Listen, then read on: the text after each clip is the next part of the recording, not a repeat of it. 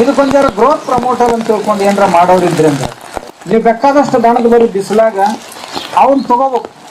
ಹಸಿಕಾಯಿ ತಗೊಂಡ್ರಿ ಅಂದ್ರ ಆ ರಸಾಯನ ಏನ್ ತಯಾರಾಕತ್ತಲ್ಲ ಅದನ್ನು ನೀರೊಳಗೆ ಹಾಕಿ ಸ್ಪ್ರೇ ಮಾಡಿ ಕಬ್ಬಿಗೆ ಕನಿಷ್ಠ 2 ml, ಗರಿಷ್ಠ ಎಷ್ಟು ಏನು ಅಪಾಯ ಇಲ್ಲ ಅದು.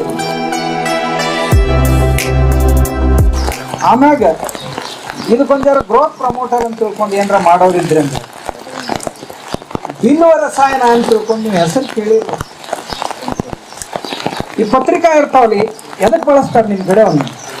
ಎದಕ್ಕೂ ಬಳಸಂಗಿಲ್ಲ, ಹಂಗೆ ಬಿದ್ದಿರ್ತಾವೆ. ಎದಕ್ಕೂ ಶರ್ಬತ್ ಮಾಡಕ್ ಬರ್ತೈತೆ, ಭಾಳ ಚಲೋ ಅದು, ಕ್ಯಾಲ್ಸಿಯಂ ಇರ್ತೈತೆ, ಅದು ಭಾಳ ಚಲೋ ಅದು. ಒಳಗಿಂದು ಬೆಲ್ದಾಗ ಕೂಡಿಸಿ ತಿಂದ್ರೆ ಭಾಳ ಚಲೋ. ಬೇಡ ಹಂಗೆ ತೆಗೆದು ಬೆಲ್ದಾಗ ಸೇರಿಸಿ ಅದನ್ನ ದ್ರಾವಣ ಮಾಡಿ ಒಂದಷ್ಟು ನೀರಾಗ ಹಾಕೊಂಡು ಕುಡಿದ್ರೆ ಬೆಸ್ಟ್ ಶರ್ಬತ್ ಆಗ್ತೈತೆ. ನೀವು ಬೇಕಾದಷ್ಟು